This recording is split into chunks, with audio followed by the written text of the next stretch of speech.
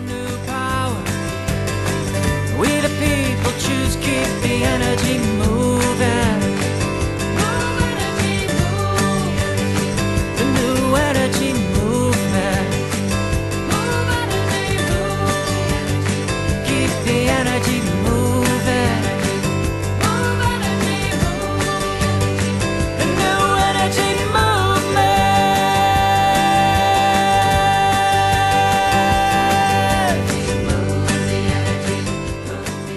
Thank you very much for coming out to help launch Breakthrough Power tonight. I'm excited, and I sense that you are too. I can feel the electricity in the air. I'd like to thank Rosiel Young for organizing all our generous New Energy Movement volunteers tonight.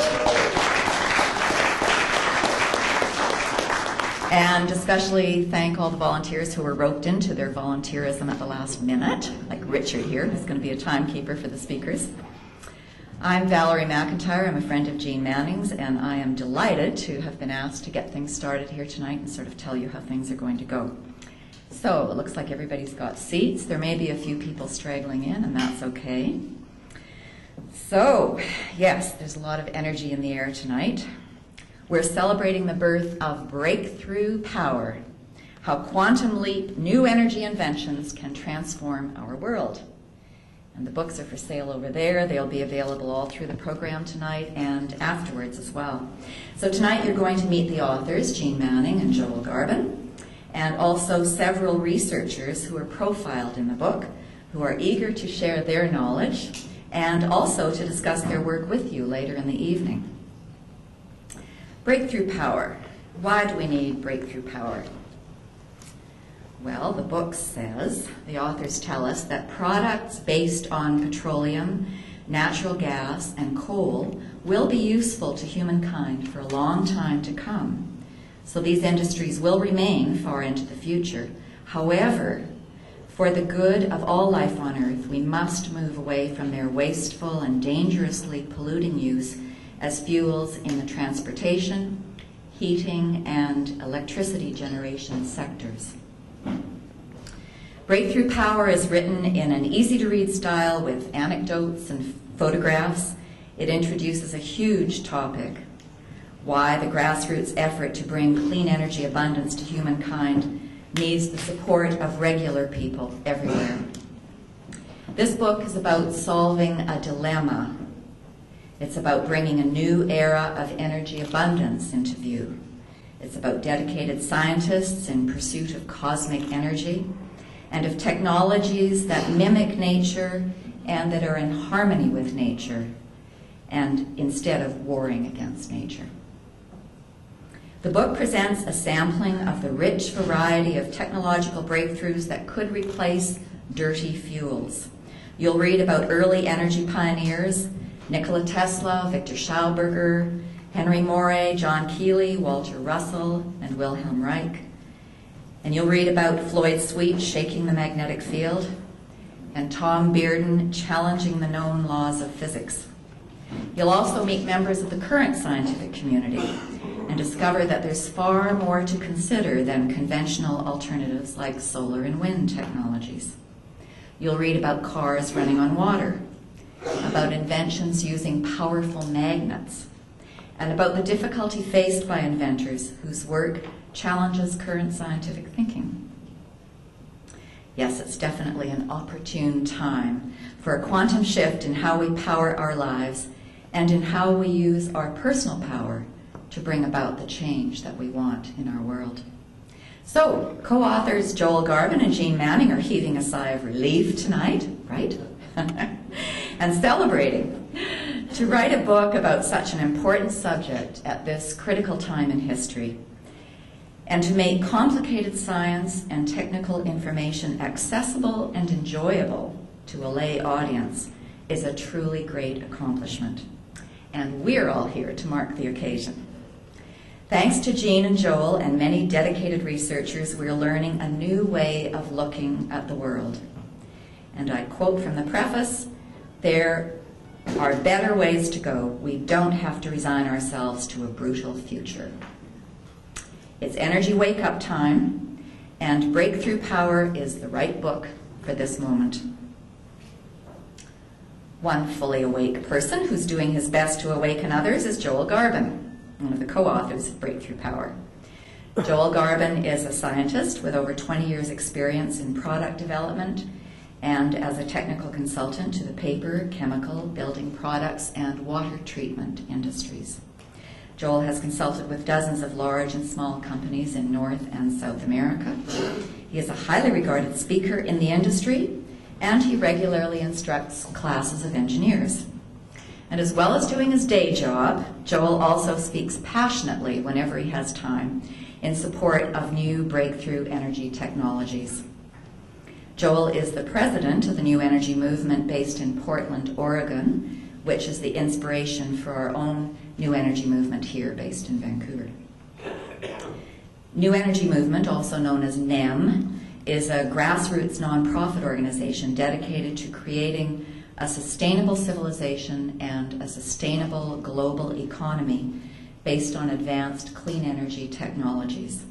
Joel is one of those individuals who takes his humanitarian responsibilities seriously, who regularly goes to bat for humanity and for the environment. And last year, he even went to Washington to present an historic piece of legislation calling for federal support for research and development of advanced clean energy technologies. The document is called the Energy Innovation Act, and although it was written for the US, it can be applied in other countries as well. You'll read this document in the book, Breakthrough Power, and you'll also read about Joel's experiences in Washington. Ladies and gentlemen, please give a warm Canadian welcome to Joel Garbon.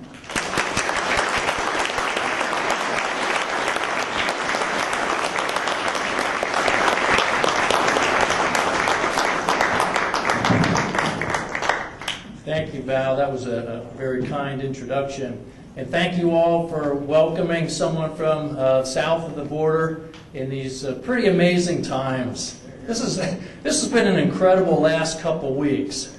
And I'm not going to be presumptuous at all in expecting that any of you have been following the political scene down there, because I know you have your own that's going on concurrently with our historic presidential election possibilities down in the U.S. Certainly you are aware of what is impacting all of our pocketbooks and our retirement accounts and portfolios of assets, and that's this economic meltdown that is seemed to be spawned by Wall Street. I think all of this can be tied in to what we are here to talk about and the message that we want to deliver. I think maybe the best way to start is to remind us that we should continually ask this question: what kind of world do we want? What kind of world do we want? And is the world that we've observed in these last 2 weeks that world? It doesn't fit my vision. I doubt it fits any of yours. It certainly doesn't fit the vision for the legacy that we have in the children, including little Rio here, who is Jeane's granddaughter, and she's incredibly bright. I have my own daughters and now a 1-year-old granddaughter, and so it always keeps in the front of my mind what our obligation is to these who come after us. So what kind of world do we want? I mean, we can envision something where we have a world full of abundance for everybody. It's a shared abundance. We have a world of cooperation, where we have a world with clean skies, silent streets, even when vehicles are traveling on them, where you can actually have a conversation curbside, even in the middle of rush hour traffic. That's a possibility that new energy promises us. And the quaint idea of having gone to war for oil. How absurd. And I hope that when Rio is, let's say, 20, she can look back and say, did this really happen? Did you guys really do that, Mommy? That doesn't make any sense. I'm glad that we don't have to do that. You know, those are the types of things that I hold in my vision is a world of peace. One where there's no need to struggle in competition for scarce resources. We can use these promising new technologies to share a tremendous abundance with everybody and dissolve this heavy, heavy blanket of fear that's been so pervasive all around us. It just saturates the media. I know there's so many times where I just don't want to hear it anymore at all, even though I try to detach myself from the energy of that heavy fear blanket, but more just try to be aware of what's going on, and there is a difference. And I think that's something that is a good way to discriminate against being addicted to all the bad news, which I think a lot of people are, and but very importantly, being part of the informed citizenry that's critical to what we need to do and what we're here to talk about. Okay, so we've observed these last few weeks and few days, you know, our economic and political structures have failed us, miserably failed us. And those structures have been polluted. They've been polluted by greed. They've been polluted by vested interests that have way too much influence on policy, and that they've been polluted by power lust. You know, and I know the citizens in my country, and I'm sure here in Canada as well, are outraged at what has been going on, that the public trust has been violated in such an overt and just unseemly manner. Well, the public's crying out for change in leadership. But that cry for change needs to be for wise leadership, not just a change. It needs to be for wise leadership, visionary leadership.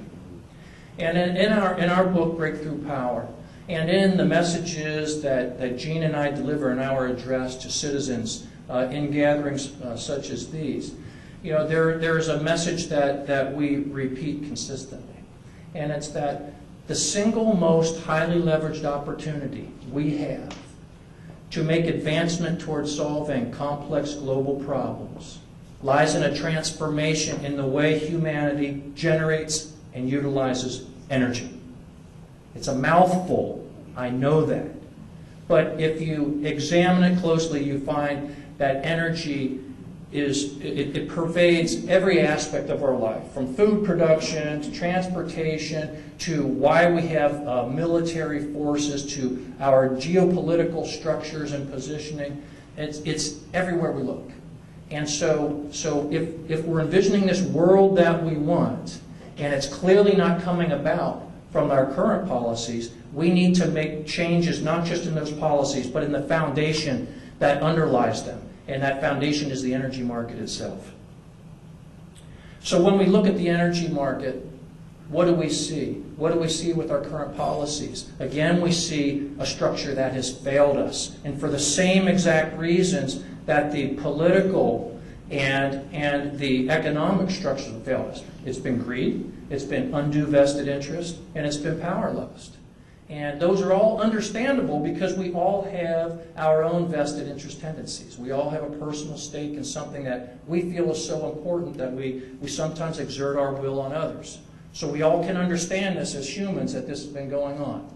But as conscious humans, we also know we can make a choice to rise to something better.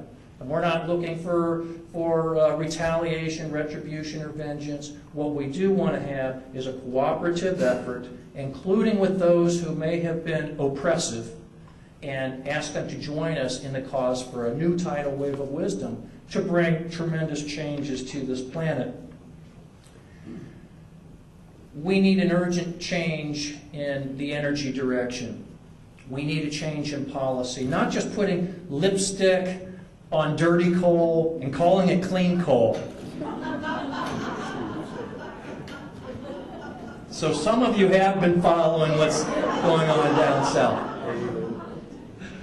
Okay, but we do need truly non-polluting technologies, not nuclear technologies that have been spoken about enthusiastically again and again by the two leading presidential candidates in the U.S., because that's not going to get us where we need to go. It's not the world that we envision to simply pass off toxic radioactive waste to these future generations. That's not the world that I want. I don't want that for my children or grandchildren, nor for yours. So wise leadership needs to wake up and realize that that should not even be an option on the table. What about a massive investment in the research and development and deployment of breakthrough energy technologies? A massive investment. Well, what are we doing instead? There's a call for more oil drilling. How does that get us the world that we want? Why is it that one of the leading candidates, in this case Senator Obama, he says, well, get this, I'm going to invest $15 billion over the next 10 years to invest in renewable energy technologies. $15 billion over 10 years. Sounds like a lot. Well, guess what? The U.S. spends $15 billion every 6 weeks in Iraq. We've been doing that for 5 years. And it looks like we're going to keep doing it for at least the near foreseeable future. All right, where are the priorities? How is that wise leadership? How does that get us the world that we want? We have the citizens of my country now just been saddled with a near $1 trillion obligation to bail out Wall Street and banks. Now, how is it that we can fund all of these massive investments in war and massive bailout for irresponsible and greedy behavior when we haven't been able to allocate a small fraction of that to what is in the best interest of our planet? How is that possible? It's because there's a profound lack of wisdom, a profound lack of leadership. And we cannot expect the leadership that we seek to come from the politics as usual. It's not going to happen. That's why it's so important for us to have the leaders come from average, everyday citizens like each of us gathered here. And that's my call to each of you.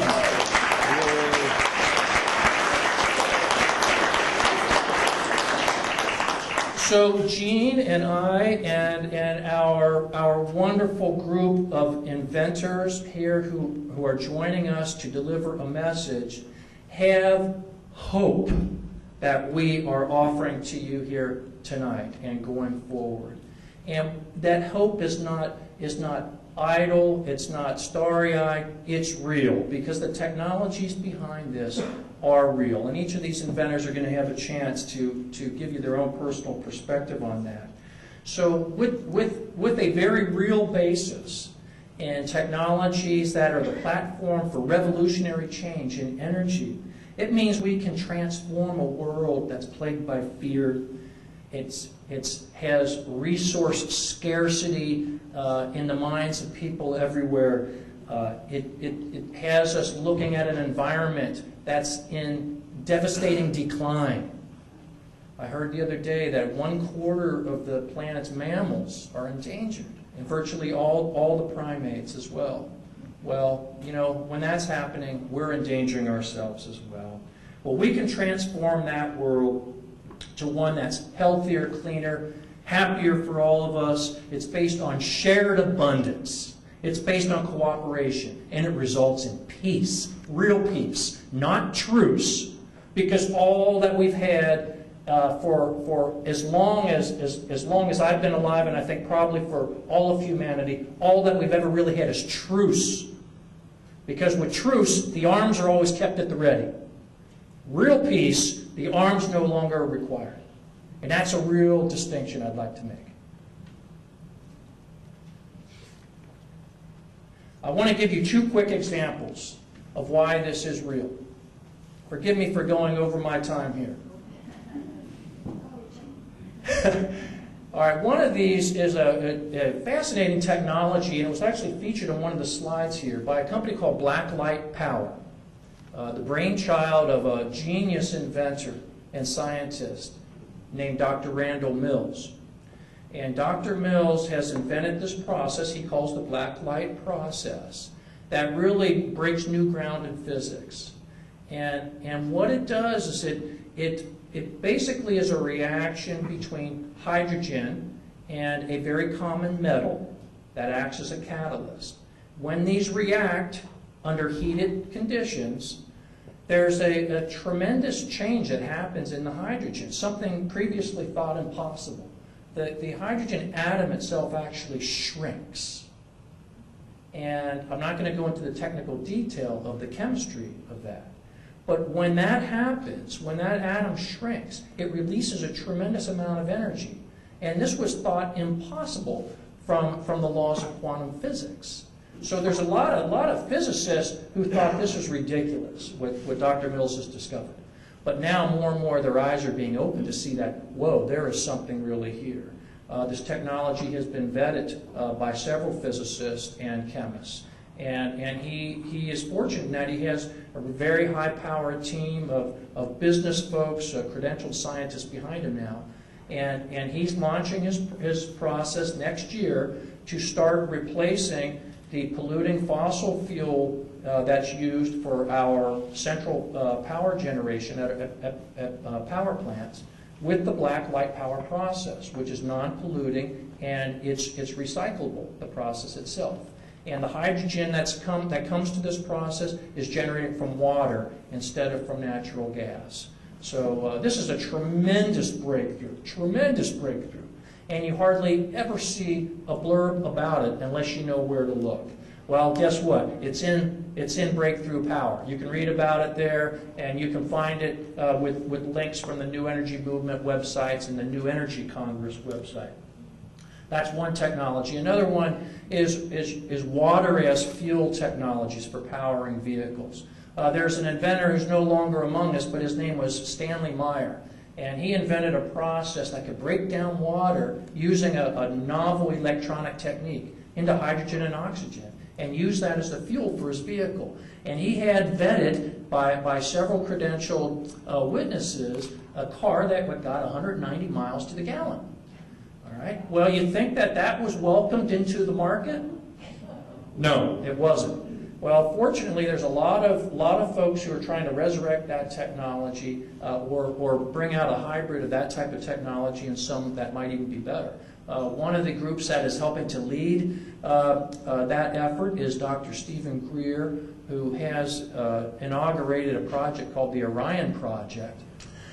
Well, those are a couple of technologies, and I'm not going to take much more of your time here, but I do want to just give a quick acknowledgement to those who have served as my own mentors in this journey. First among them is Dr. Brian O'Leary. Dr. O'Leary, for decades, had investigated around the world claims of anomalous energy technologies and other phenomena, and he was willing to put his own scientific credentials at risk and also be the brunt of a lot of ridicule and even what some might call blackballing of him from the mainstream because of his passion to seek out what is true. And Brian is about truth. And he's taught me a lot along the way about what I might expect as I explore and try to take this topic of new energy into political circles and other mainstream circles. And I've learned a lot from him in that regard. And Brian's a dear friend. He also is the founder of New Energy Movement. And I've been privileged to serve as the president of the U.S. A nonprofit organization and continue in the line that Brian established. Also, Dr. Stephen Greer, who I mentioned earlier, has been another mentor of mine, both through my work with him on the Disclosure Project, which examines how we might bring out into the public domain technologies that have been secreted into these black budget projects over the last number of decades. Because there's a number of breakthrough energy technologies and advanced propulsion technologies that have been kept from the public, even though they've been developed with taxpayer dollars. Tom Vallone also is another wonderful researcher. He's been a real champion of zero-point energy technology. He also serves on the board of New Energy Movement. He's been a mentor and friend. And then, of course, there's Jeane Manning. Jeane has been more than a mentor. She's been a friend. She is a sister in spirit. And Brian had suggested New Energy Movement as a worthy endeavor and invited Jeane and I to be among the first on his board of directors of New Energy Movement. And Jeane and I met for the first time there, even though I had been well aware of her for some time. her book, The Coming Energy Revolution, which is a classic, launched 12 years ago. And here we are 12 years later, and so much of what she revealed and portrayed in that book of her vision that these things will come about in those years between 1996 and the early new millennium.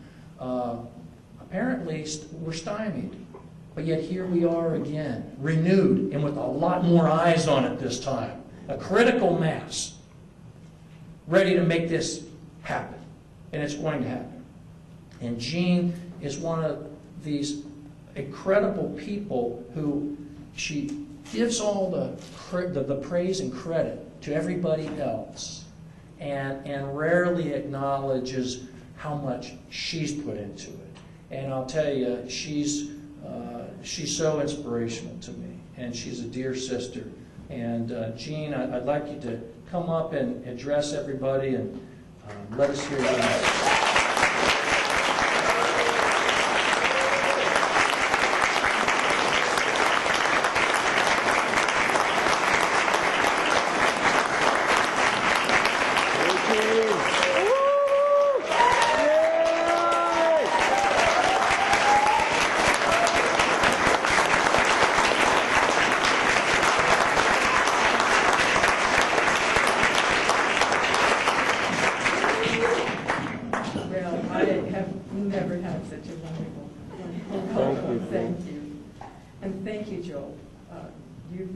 Said it all. About all that I can say is that a person who is non-technical, like myself, can learn the basics of what the issues that we need to understand around energy technologies. It's not necessarily to be a nuclear physicist like our friend here in the front row, although it would help. But we ordinary people can understand the need for clean energy technologies. And we can understand that it's possible to have technologies that are, surprise, surprise, in harmony with nature. And we can understand that in the 20th century, we went in the direction of a mechanistic science that was dealing with nature's movements that involve breaking down, like nature composts what it doesn't need anymore, and it burns its waste. And so heat, noise, friction, they're all part of nature's movements that are used to get rid of something that's not necessarily, there's a mess involved. But we have people here like William Baumgartner who can go into great depth on this. But that's what excited me about the whole field, is when I realized that it wasn't just about, better mousetrap, better invention. It was about working in harmony with nature, and that's where my heart is. I'm an idealistic person, and people have asked me why I ended up in this scene. And it's, I guess it goes back to just basics that I assume everybody feels that way.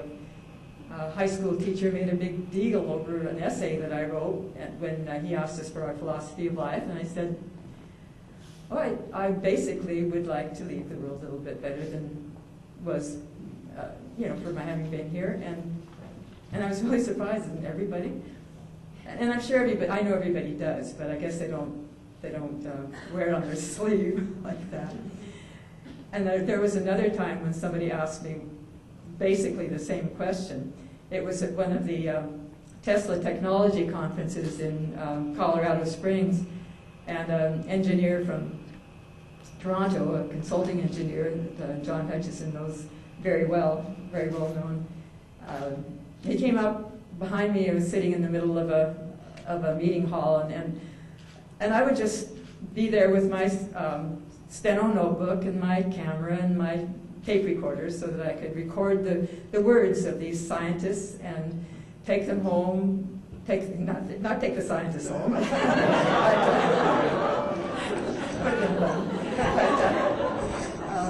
take the notes home and transcribe the tapes, and in the process I learned a lot by transcribing the tapes.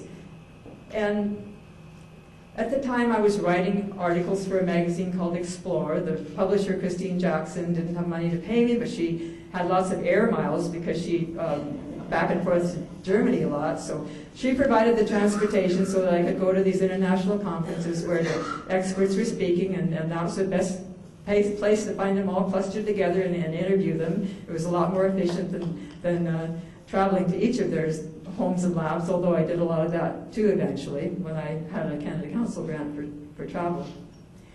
So anyway, he comes up, taps me on the shoulder, and he said, I asked, what does motivate you to come to these?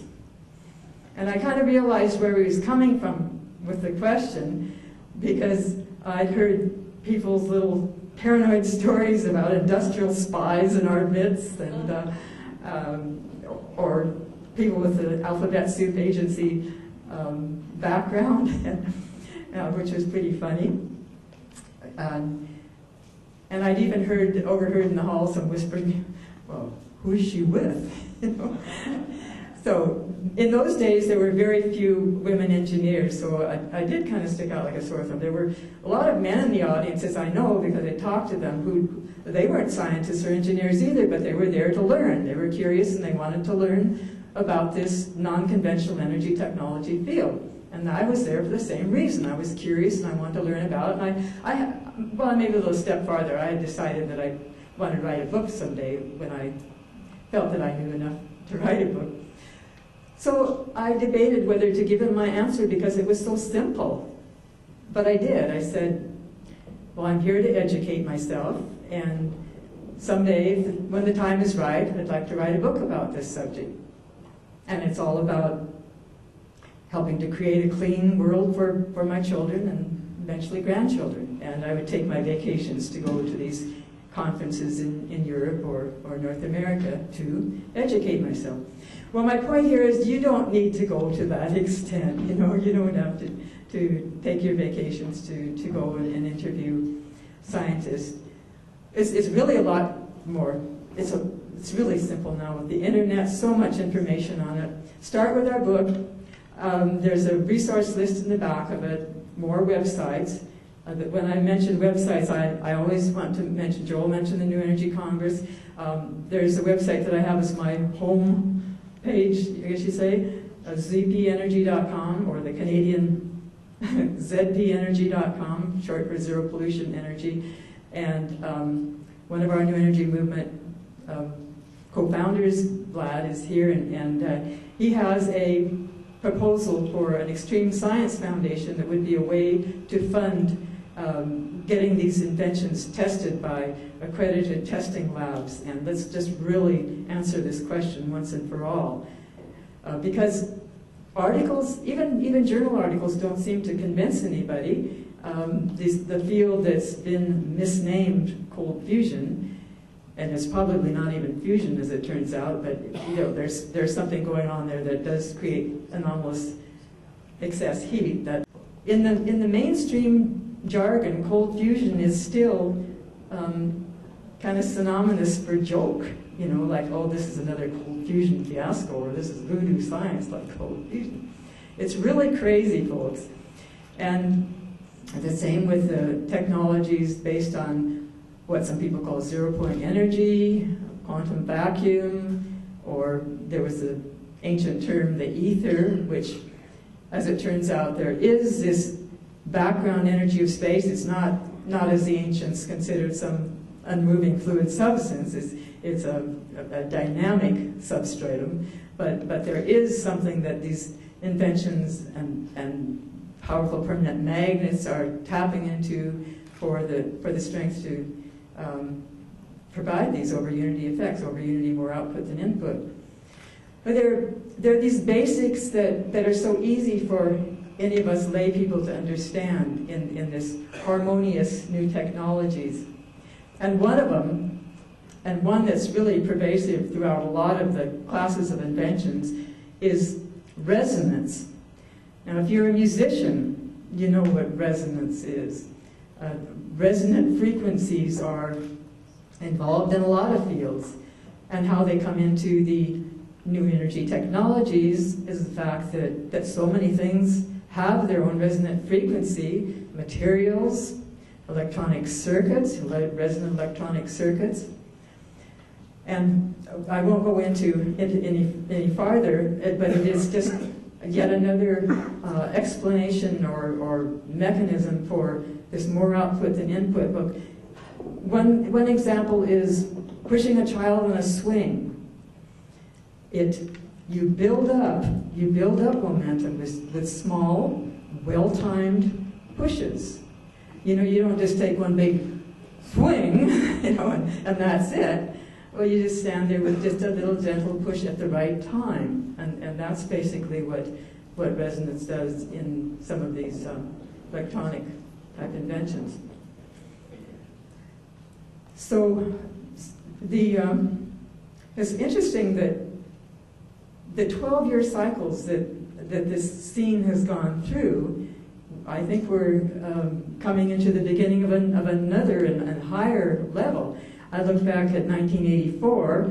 Personally, for me, that was a year when I moved to Penticton, and I hung out at a home of an inventor, and he and his wife had a house full of books about Tesla, and they had visitors from South Africa and Germany and all over the place that were coming to talk about non-conventional energy technologies. In his case, it was magnetic-based, and he called his company Prawn Technology because he acknowledged that these powerful new permanent magnets must be tapping into some background source of energy that wasn't being acknowledged in mainstream science at that time. And so in looking for what could it be, he even went to the alternative health field and said, okay, you recognize in acupuncture, you recognize this subtle energy, chi it's called, or prana, or whatever. So that was a real eye-opener, hanging out at their house and that. But it wasn't just my personal journey that was kind of at a certain stage of excitement about new energy. In 1984, that's when some conferences under the title of non-conventional energy technology were held. So it was a kind of a flurry of activity then. And then around 1996, when the coming energy revolution came out, as it happens, several books came out at the same time, like the one that I most admired and probably talked about more than I talked about the coming energy revolution and promoted was called Living Energies by Kellum Coates. It was a time of great excitement, and then over the next 12 years, things kind of wound down with 9/11. It seemed like fear paralyzed a lot of people. Really, it was really sad to see the level of fear among some of my inventor friends. But now we are 2008. I really have the feeling, and this is why breakthrough power is so timely. I really have the feeling that we're ready for a new cycle, and that it's not going to be stopped this time. It's not going to be stalled by all the various tricks and machinations that stalled it during the last 12 years. And I could talk for quite a while, but I won't, about the fact that, you know, I used to think that suppression of energy technologies, well, I don't know, I don't want to get in that category, believing things like that. It's you're going to be a conspiracy theorist. You're really going to get labeled if you talk about things like that. But as I personally got to know some very credible people and got to know their integrity and know their families and their associates, and when those people told me stories, they weren't just stories. I could see the pain in their eyes that these things really happened to them. The threats, the laboratories trashed, the business tricks that were in they got lured into some very unfortunate business situation and ended up with more than egg on their face. They ended up sometimes in court battles and trouble. It's sad. I could probably very quickly think of a dozen people whom I know personally and admire, and some of them are no longer with us, who had in one way or another been suppressed. But Joel and I want to really focus on, that was then, this is now. This is the start of a new cycle. This is the age when there's so much information being disseminated on the internet and so many people cooperating on the internet to share their knowledge. And we talk in the book Breakthrough Power about open source as a venue for getting out the knowledge. Because the whole goal is a society of peace, justice, and sharing. And it is possible. People, it really is possible. There's some really beautiful people on this planet that are giving all their heart and soul to working towards peace, justice, and sharing.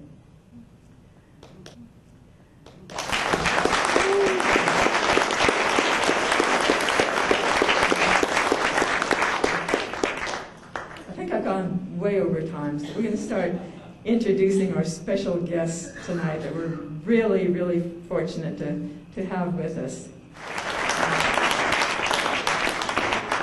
Nassim Haramein is a breakthrough physicist. And I'll tell you, it's amazing how many times before I first met Nassim, which was it was a couple years ago in May on Big Island at a conference there called the Earth Transformation Conference that Dr. Michael Salo was hosting. And for years I had heard about Nassim. And you have to meet Nassim. And I thought, well, I wonder if I'm ever going to have that opportunity. And finally I did, and it was at this conference. But it turns out I was the one slated to speak after him. And when you hear what this man has to say, I'm going, you know, so it was wonderful to have the chance to finally meet you, Nassim, there. Nassim Haramein has, in his career, broken through boundaries of physics. He has challenged the current physics models on a number of points that appear to be flawed, and he has been probing for the completion of the answers to those missing links. And he has done pioneering work in the underlying geometry that is material reality.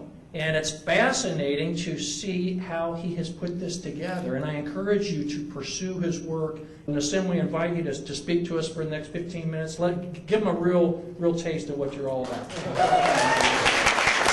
Thank you, Joel. It was my honor to meet you on the Big Island that time. And thank you, Jeane, for inviting me. It's so great to be here. I'm so honored to be here with you all today. It's really, you know, I feel it's really important moment in the history of humanity. This moment we're experiencing this month with everything that's going on, and I think this event is really a culmination of this new beginning. This new beginning, as the old crumble, the new emerge, and this is the new. This is the new possibility for the planet, the new possibility for humanity, and a new possibility for our children and grandchildren.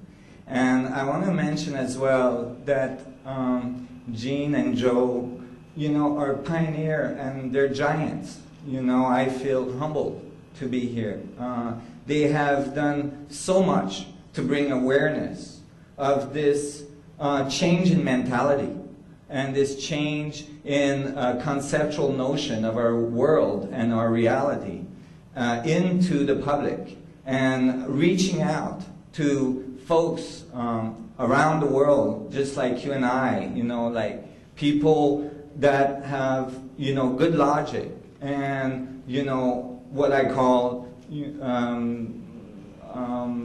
common sense, which is not so common, you know, and that just is so important, and in one way, you know, it takes a lot of courage to do that. So thank you so much for your work, because it as well opens the way for people like these inventors and I that have, you know, worked in the dark corners in some laboratory setting or some desk somewhere writing formulas, to like be able to bring it to the world and you know, typically we're not going to get the support of the established scientific community. But if we get the support of the public at large because it makes sense, because it has common sense, then we are able to push and force the established community to take a look at it, a real look,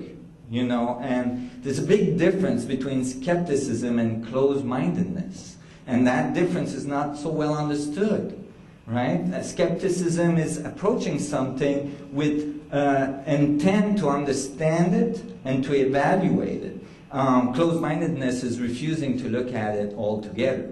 And, you know, that happens a lot. And I've been in those situations. I've had to sit and stand in front of some of the biggest physics, you know, buff in the world and tell them that they're fundamentally wrong about some things, you know. They've got a lot of good things going, but they're fundamentally wrong about some other things.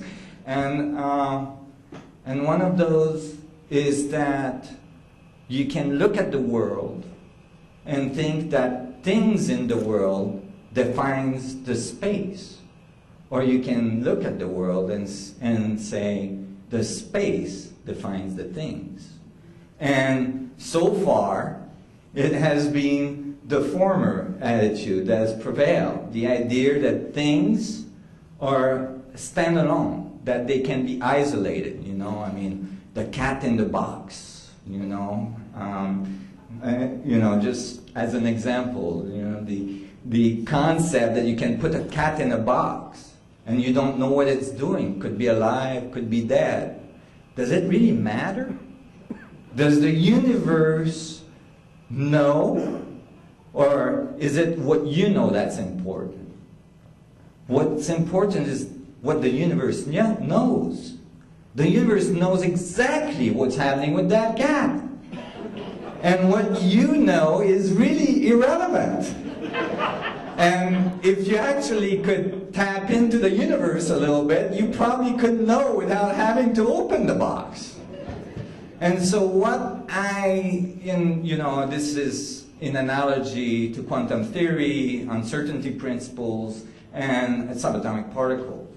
And what I'm saying here, you know, in a funny way, but what I'm saying is really fundamental. That is that in the concept that the structure of space, from that structure emerge all things, and all things return to, starts to give us a foundation for a new concept of energy, a new concept of gravity, a new concept of electromagnetism, and the forces of nature that comes together that produces our material world.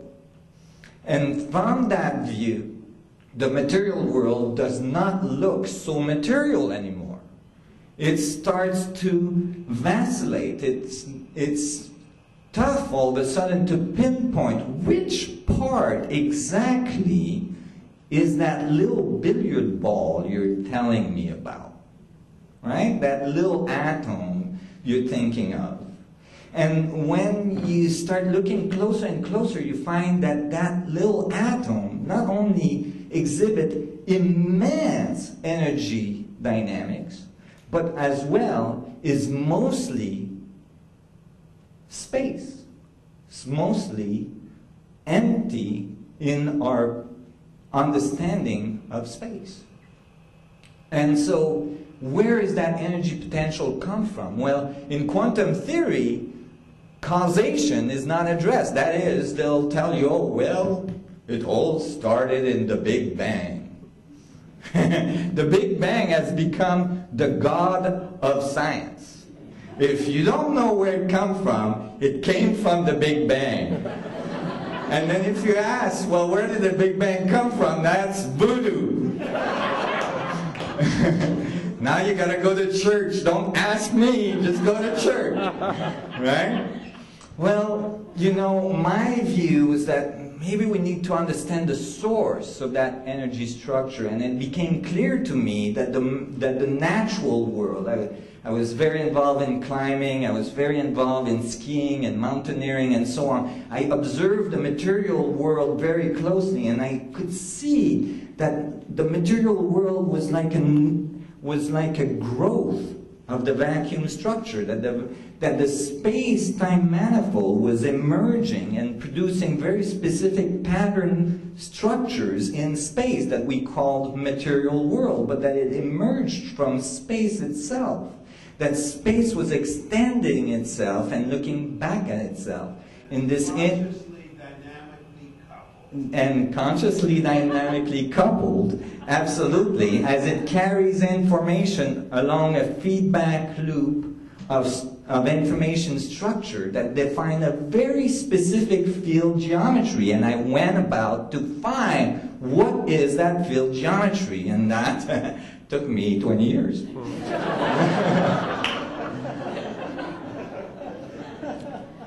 And I thought, and throughout this exploration, I realized that the application of that understanding could have huge impact on society. That is, if we could find that fundamental pattern of creation, if we could find how the vacuum extends itself and feed back on itself, then we would have the key to the fundamental structure of space. And with that key, we would have access to literally an infinite amount of energy and curvature of space-time, which equates gravitational control and so on. And so I started to study very intensely physics in its depth. And I found some of the difficulties that physicists had encountered. And I started, because of my approach, I was seeing past those difficulties into maybe a way to solve them. And this weekend I'm gonna present some material that I have not published yet, that I just finished, which solve equation that proves, literally mathematically proves, that atoms, every single atom you're made of, which is billions and billions and trillions of atoms, each one of them is a mini black hole. Each one of them has an infinite potential singularity at its center, and it produces the effect that we call the electron cloud. And that's why it has all these unusual dynamics, like it spins for billions of years non-stop at near the speed of light and all these things. But beyond the fact that this can be applied to technology, beyond the fact that all of a sudden physics would start regarding the world as a fractal structure of the space itself, beyond the fact that it would start regarding the material world at different scale, black hole, what I call black hole white hole, or black hole H-O-L-E, W-H-O-L-E. Beyond that is the fact that realizing that this infinite nature is actually present in you, in every one of your atoms, and that because of that infinite nature, you are connected to all things in the universe at all time, that you're dependent on the structure of the vacuum for every billionth of a second that you exist, that you are actually exchanging information with all of the universe through every one of your atoms right now in this room in order to breathe, experience, assimilate the information, and feedback information, that you are an active participant in the universe creation right now, is the ultimate understanding, the ultimate message of this new energy technology. That is, the energy, the technology, and you are one. And you're... Thank you. And you're not one in an esoteric way that is not really palpable, that's not really able to be understood. It's one. You're one with everything in actual physical mathematical way that I can write an equation and tell you why. And that is necessary for your cognitive mind. And it's necessary for your survival. Because if we can write the equations, if we can make the mainstream scientific community understand the theoretical functions of it, then we stand a chance to be able to apply it in the most powerful way to our society and move on to a new level of existence, which I call the galactic society. A society that is no longer confined to the surface of their planet, that has infinite amount of goods, infinite amount of power.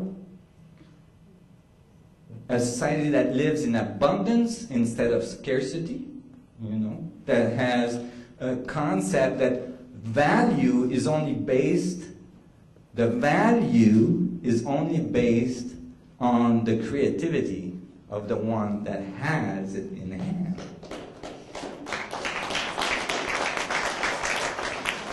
And that, I believe, is the ultimate. This is what I visualize when I see our future. That's what I visualize when I look at the eyes of my 3-year-old and when I think of his children.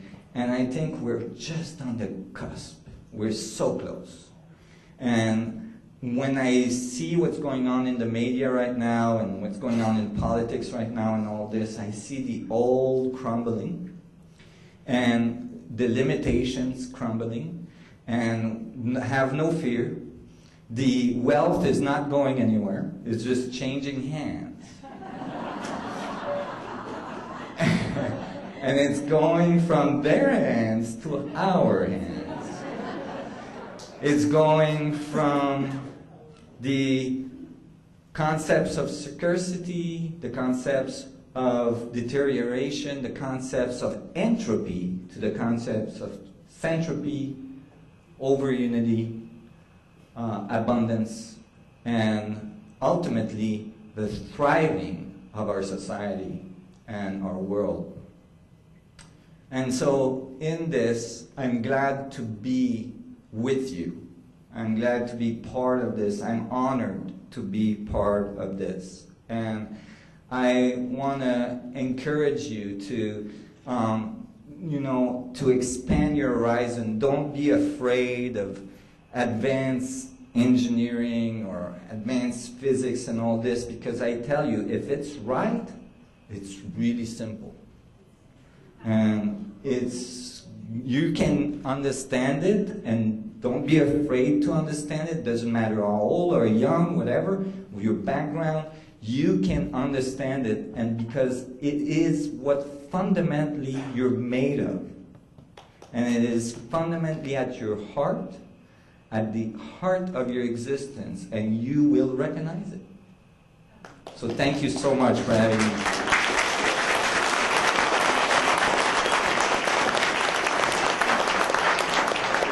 Okay, we're not all inventors here, but we've, in our book, quoted some really wise people, and we're lucky to have one of them living on the North Shore of Vancouver. John Wong is a retired engineer who senses something encouraging happen, even in today's troubled era. And in the electronics and software scene, he witnessed a change in how processes developed in today's culture. So we quoted him on the topic of open sourcing, the open source culture that's growing so fast in the internet world, and it relates to very much to a way for inventors of breakthrough energy systems to share their discoveries with the world. So John Wong took early retirement, and now his wisdom is reaching hundreds of people, and he'll soon have a website up to pass on more of this. John, would you come up, talk with us? I like this.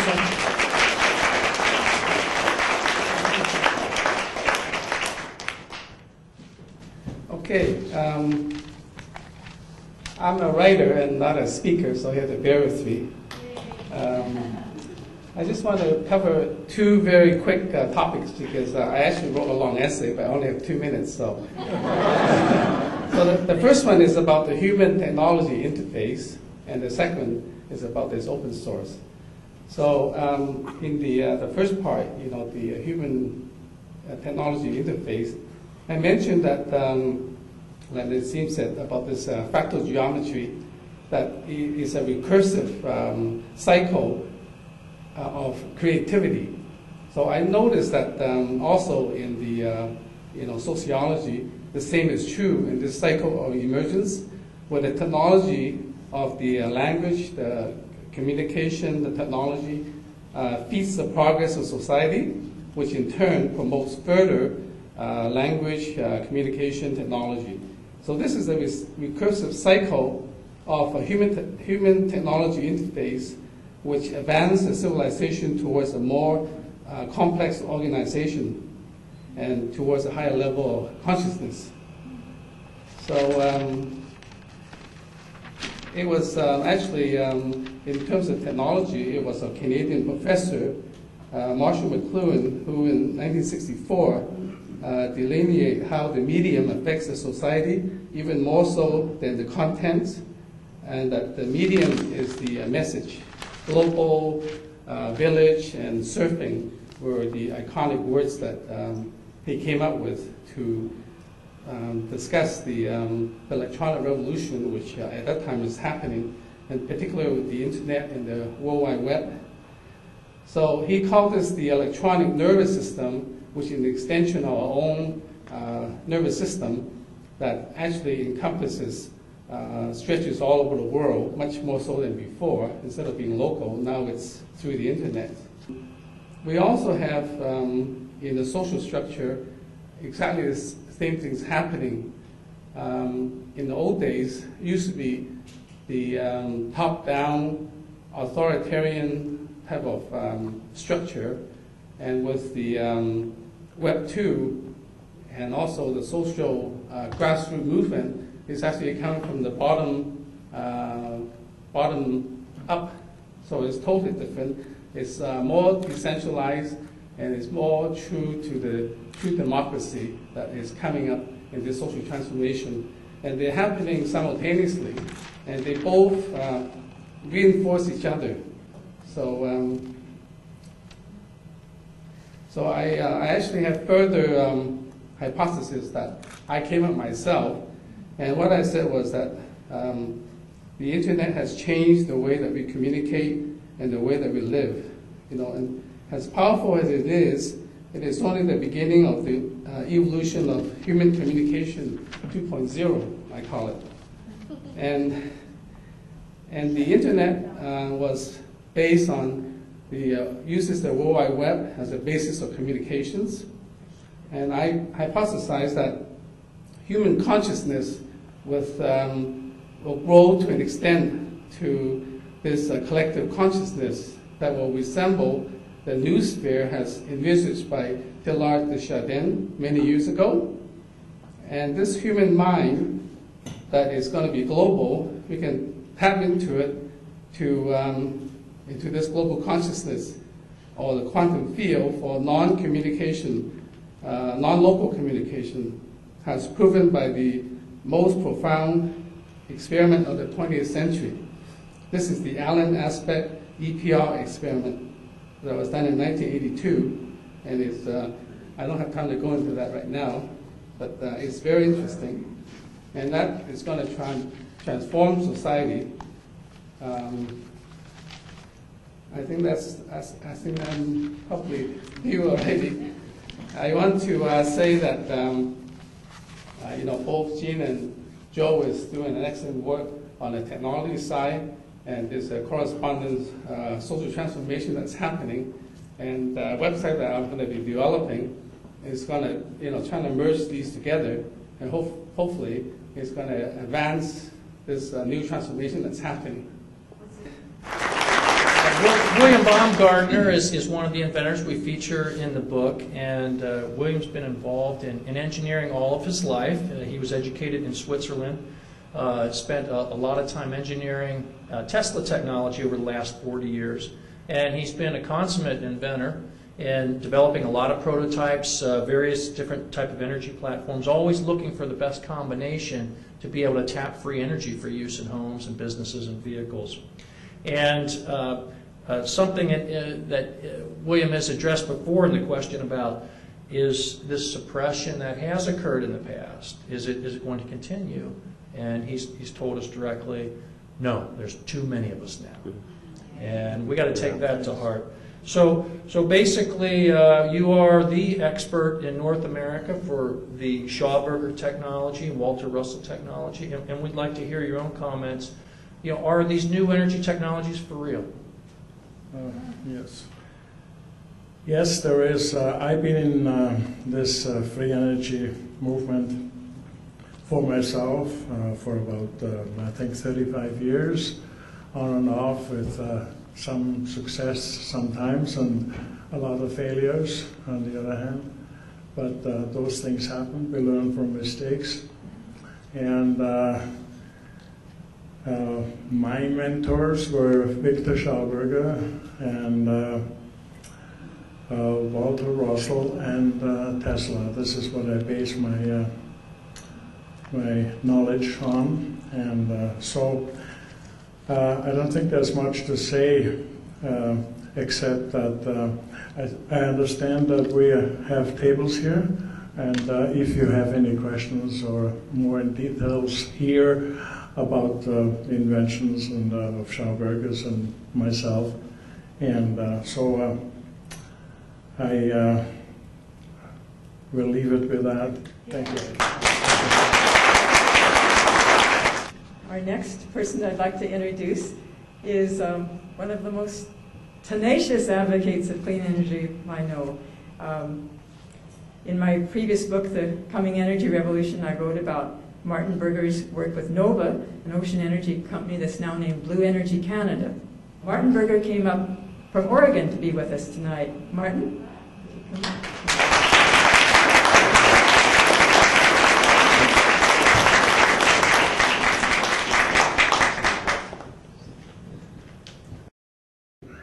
Technologies, yeah, the place is raining with them.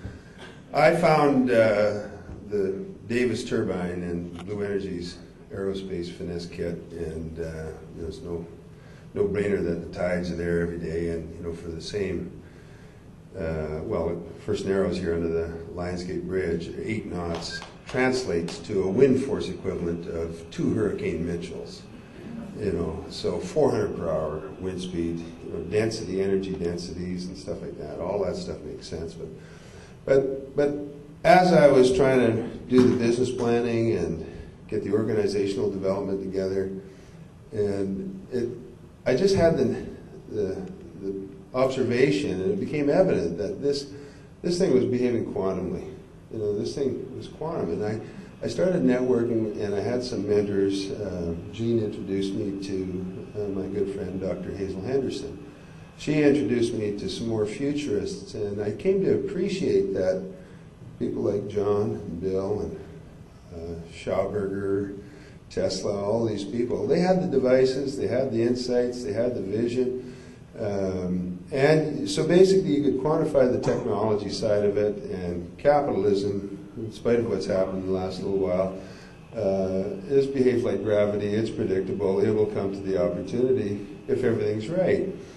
But Hazel and her futurist friends were able to instill in me an appreciation for the fact that we're really in an infancy in consciousness ourselves, in humanity. And we're at a critical juncture today, and I think there's optimism here today as well. But I really think, when you look at my background from the Cree tribe, I grew up with the Dene, and there was a quantum integration in their consciousness. And our Western viewpoint has been a linear and a material perspective. But I guess we can cut it short. The guy's cutting me off here with time, but basically we've got 6.5 billion units of consciousness firing into our shared experience called our future. And until that signal has a sufficient gravity, a quantum mass, we will not achieve or experience that future. Today is a product of that field of consciousness from a previous period. Okay, people like Jeane Manning and Joel, they play a very important role in this work. Jeane's earlier book, The Coming Energy Revolution, I still get emails from people all around the world. Oh, Blue Energy, and Jeane Manning, Energy Revolution. You have to have the possibility of a clean, harmonious future sufficiently etched and formulated in our minds before it's ever going to experience. We're ever going to experience it. And I've played the game in the corporate level, investment banking level, technology level, all those things. But when you have 10 pieces essential to do the thing, to make a difference, if you don't have that 100th monkey on board, one of them will kick out. You just try and force the last two together. Oops, you lost three that you thought you already had them together. So they'll behave quantumly until there's a maturation of possibility sufficiently formed. And these people are the ones that are carrying that burden. I can bring 450 technologies in my 25 years I've looked at. I've got a half a dozen here in the shirt pocket. How many do you want? There's lots of solutions here. But until people participate in something fundamental like energy, okay, we all walk in the house and flip on the switch, that's the end of the story. This is fundamental. And until you get off it and start participating, start getting informed. The internet is a wonderful resource, and that ultimately, I think, when we look back at this period, will be what made the difference. But it's the cutting edge work of pioneers in the consciousness of the possibility. These people did that job.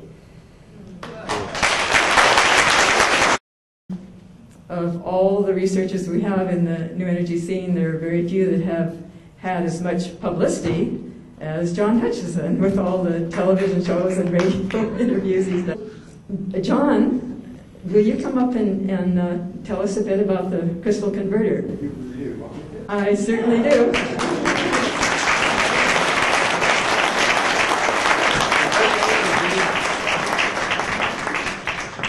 Oh, here I stand.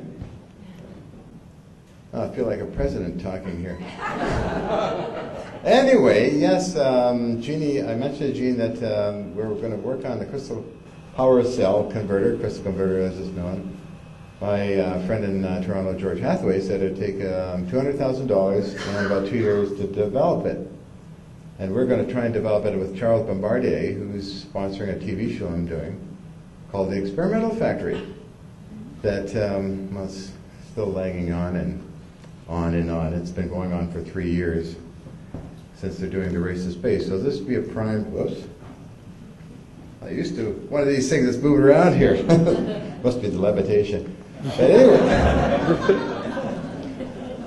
anyway, moving right along here, I felt that the power cell that utilizes this zero-point energy, it seems to conform with also Dr. Franklin Mead's patent on a zero-point energy collector using barium titanate, which IBM now has bought up all the patent rights to it, meaning that there's a product coming out in some form.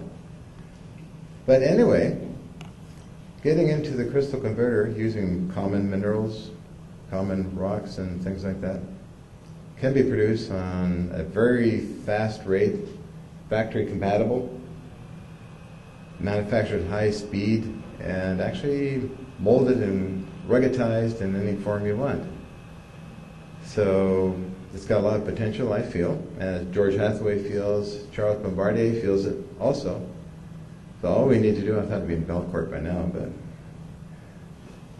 I really am proud of Jeane Manning to put together this book with a lot of interesting people in it that are doing incredible things, and I'd like to congratulate you all and keep up the great work, and I'll let her go.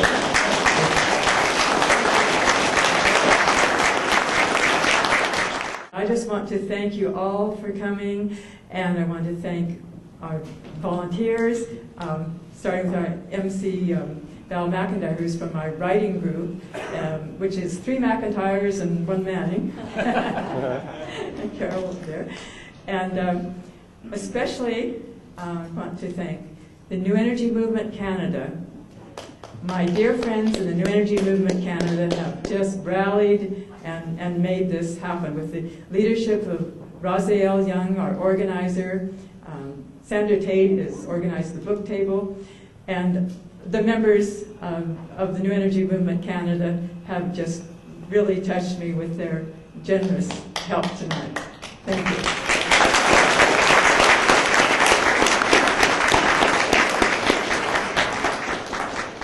This is great. This should happen in every city on this planet, and it's going to.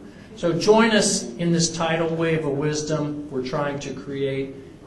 And Val, I'd like you to come on up, let people know what's for the rest of the evening. Thank you.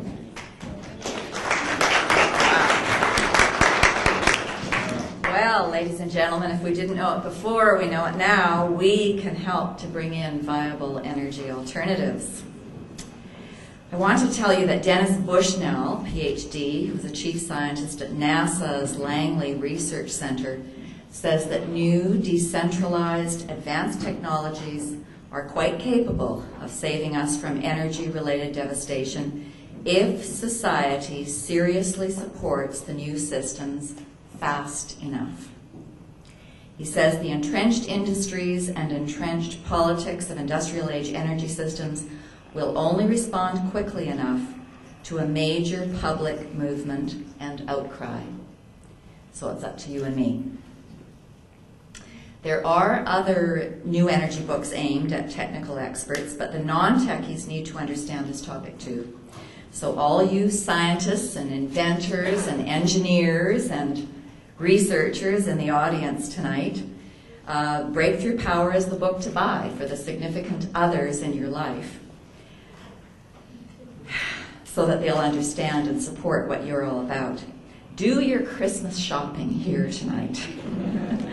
We all need to be able to judge whether new technologies are harmful and chosen because they're motivated by making easy profits, or whether they're actually in harmony with nature and serving the best interests of humanity and the planet.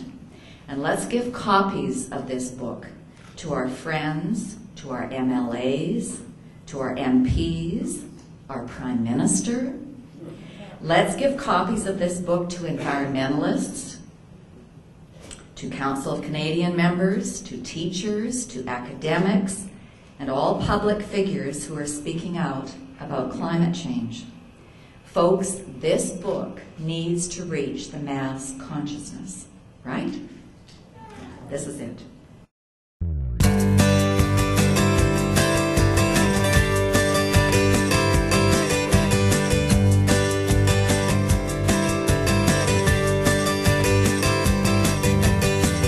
It's time for courage to face greed's abuse. For a new power, we the people choose. Keep the energy moving till the earth is clean and cool. Technology's proven the new ways that we can school. It's true, love's coming through into the world view. Move, energy, move.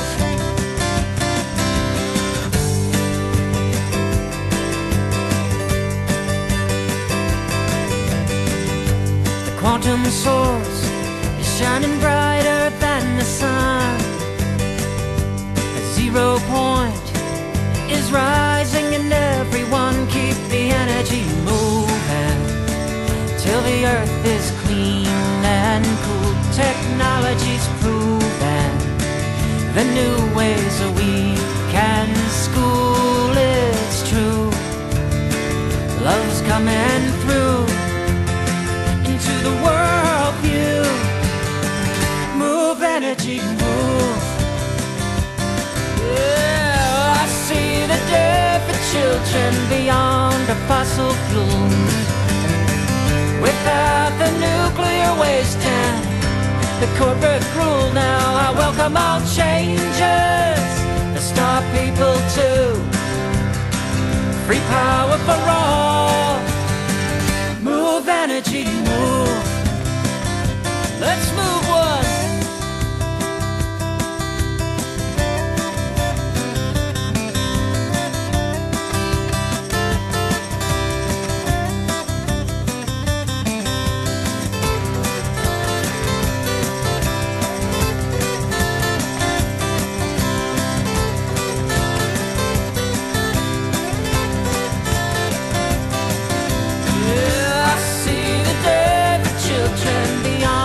Fossil fuels.